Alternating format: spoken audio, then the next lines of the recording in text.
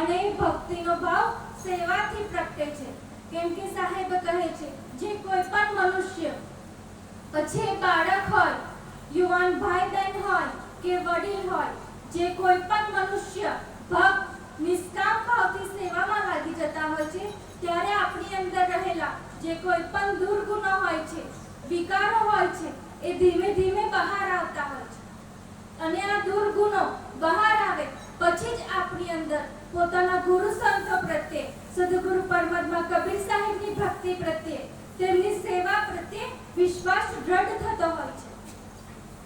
માટે તો સદગુરુ પરમાત્મા કબીર સાહેબ ગુરુ મહિમામાં કહે છે કે ગુરુ की शरणा लीजे भाई, जासे जीव नरक नहीं जाए, गुरु मुख होय परम पद पावे, 84 में बहुरी न आवे, गुरु की सेवा मुक्ति निज पावे, बहुरी न हंसा भव जलावे, गुरु की निंदा सुने जो गाना, ताको निष्ठे नरक निदाना, 10वां अंश गुरु को दीजे, जीवन जन्म सफल કરી લીજે.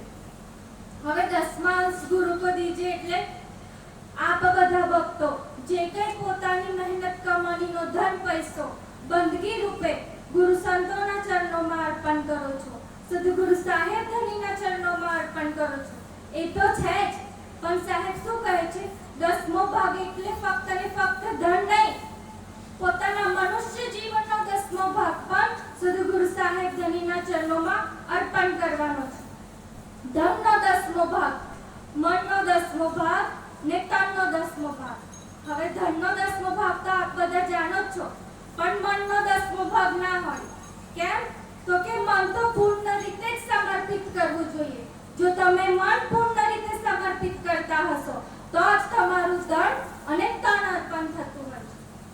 અને તનનો 10મો ભાગ પણ આપ બધા જાણો છો કે જ્યાં સુધી આપનું શરીર સ્વસ્થ છે, શરીરમાં ઉર્જા છે, શરીરમાં તાકાત છે, ત્યાં સુધી ગુરુ ઘરની, ગુરુ સંતોની સેવા કરી લેવી.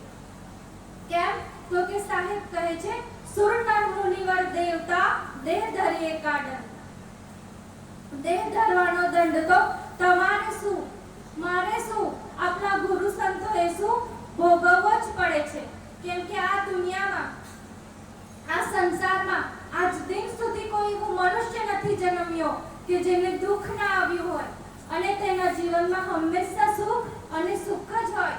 આપણને મનુષ્ય દેહ મળ્યું છે તો ઘણીવાર શારીરિક અસ્વસ્થતા આવી જાય, શારીરિક દુઃખ, માનસિક દુઃખ પણ આવી જાય. અને આપણી ઉંમર અવસ્થા પ્રમાણે જ્યારે શરીર ઘરડું થાય તો શરીરમાં રોગગ્રસ્ત પણ થઈ જતું હોય છે, આપણા શરીરમાં બીમારી પણ આવી જતી હોય છે. માટે કોઈ એમ કહે કે મારે ઘરડું નથી થવું તો એ તો સંભવ જ નથી.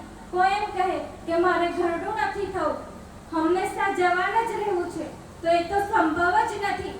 આપનું શરીર ઘરડું થશે, શરીર વૃદ્ધ થશે. માટે સાહેબ કહે છે કે તમારું શરીર યુવાન છે, સ્વસ્થ છે, ત્યાં સુધી ગુરુ ઘરની, ગુરુ સંતોની સેવા કરી લો.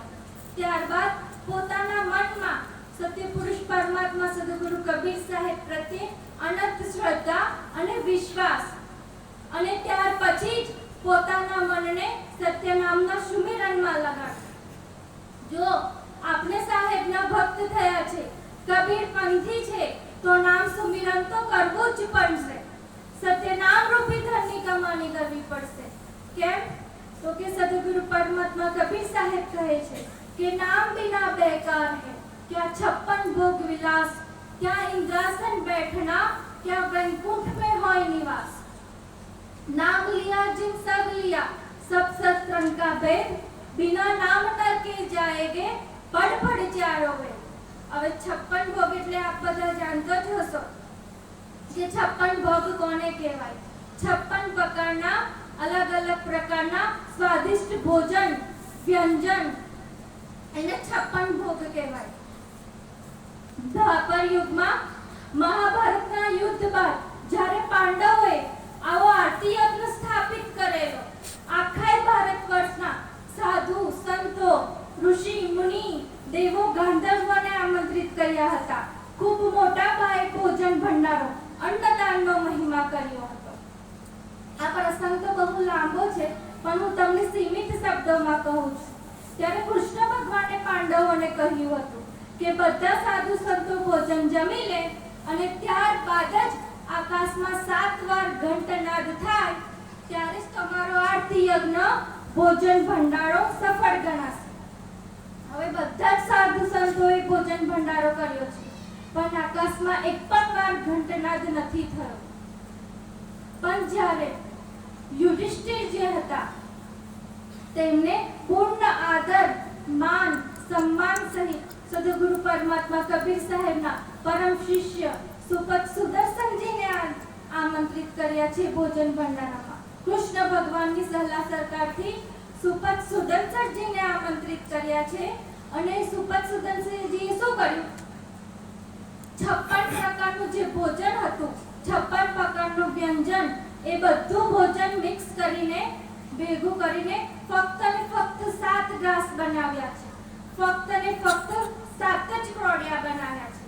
કેમ કે સુપત સુદર્શનજીને માટે એવું નહોતું કે 56 પ્રકારનું ભોજન એટલે એમને એવું નહોતું કે મારી થાળી મારો ભોજન થાળ એ 56 પ્રકારના સ્વાદિષ્ટ ભોજન મેવા મીઠાઈથી ભરેલો હોય. માટે સુપત સુદર્શનજીએ માત્ર 56 પ્રકારના ભોજનના 7 ને 7 જ કોડિયા બનાવ્યા અને એ 7 કોડિયા 7 વાર એક પછી એક ગ્રહણ કર્યા છે અને ત્યાર પછી આકાશમાં 7 વાર ઘંટનાદ થયો. એક ઘંટનાદ કેમ થયો ખબર છે? કેમ કે સુપત સુદર્શનજીએ એ 7 વાર 7 ગ્લાસ 7 કોડિયા આદિ બ્રહ્મ પૂર્ણ બ્રહ્મ આદિ પુરુષ સત્ય પુરુષ નિરક્ષર સાર શબ્દ વચન સત્ય નામનું સુમિરન કરીને 7 વાર એ 7 ગ્લાસ ગ્રહણ કર્યા અને માટે જ આકાશમાં 7 વાર ઘંટનાદ થયો છે અને પાંડવોનો આરતી યજ્ઞ ભોજન ભંડારો છે એ સંપૂર્ણ રીતે સફળ થયો, સાર્થક થયો.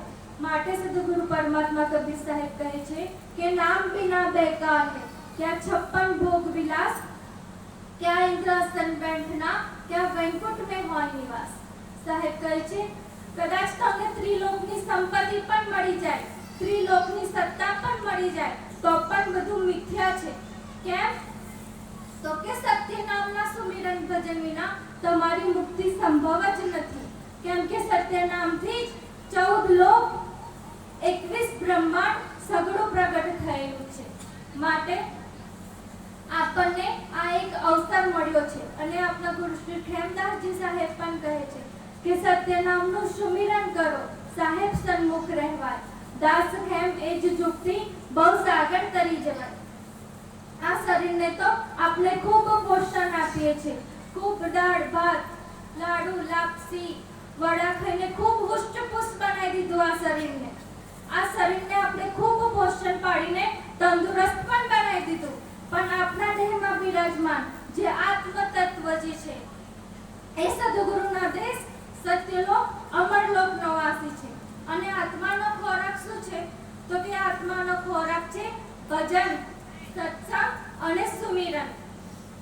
કેમ કે કાલ પુરુષે આપણા બધાના જ શરીરમાં પોતાના પ્રતિનિધિના રૂપમાં મનને બેસાડી દીધું છે અને મન જે